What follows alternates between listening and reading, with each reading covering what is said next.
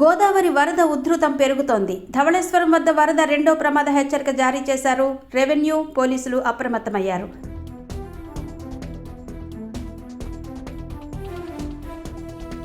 అధికారులు ప్రజలను సురక్షిత ప్రాంతాలకు తరలించేందుకు చర్యలు తీసుకుంటున్నారు.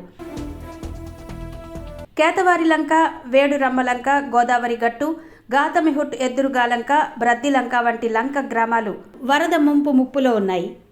ఇప్పటికే 13 లక్షల క్యూసెక్కుల వరద నీరు సముద్రంలోకి వెళుతుండగా బ్యారేజీకి మరింత నీరు చేరే అవకాశం ఉందని అధికారులు హెచ్చరిస్తున్నారు. మరో 14 లక్షల క్యూసెక్కుల వరద వచ్చే అవకాశం ఉన్నట్టు అంచనా వేస్తున్నారు.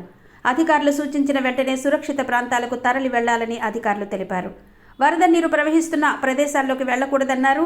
విద్యుత్ సదుపాయాల దగ్గర జాగ్రత్తలు తీసుకోవాలని కోరారు. తాగునీటిని మరిగించి మాత్రమే వాడుకోవాలి. అత్యవసర పరిస్థితుల్లో స్థానిక రెవెన్యూ, పోలీసులను సంప్రదించాలన్నారు. గోదావరి వరద పరిస్థితి ఎప్పుడు తగ్గుతుందో ఇంకా స్పష్టత లేకపోయినా అధికారులు, ప్రజలు అప్రమత్తంగా ఉంటేనే ప్రాణ నష్టం, ఆస్తి నష్టం తప్పించుకోవచ్చని హెచ్చరిస్తున్నారు.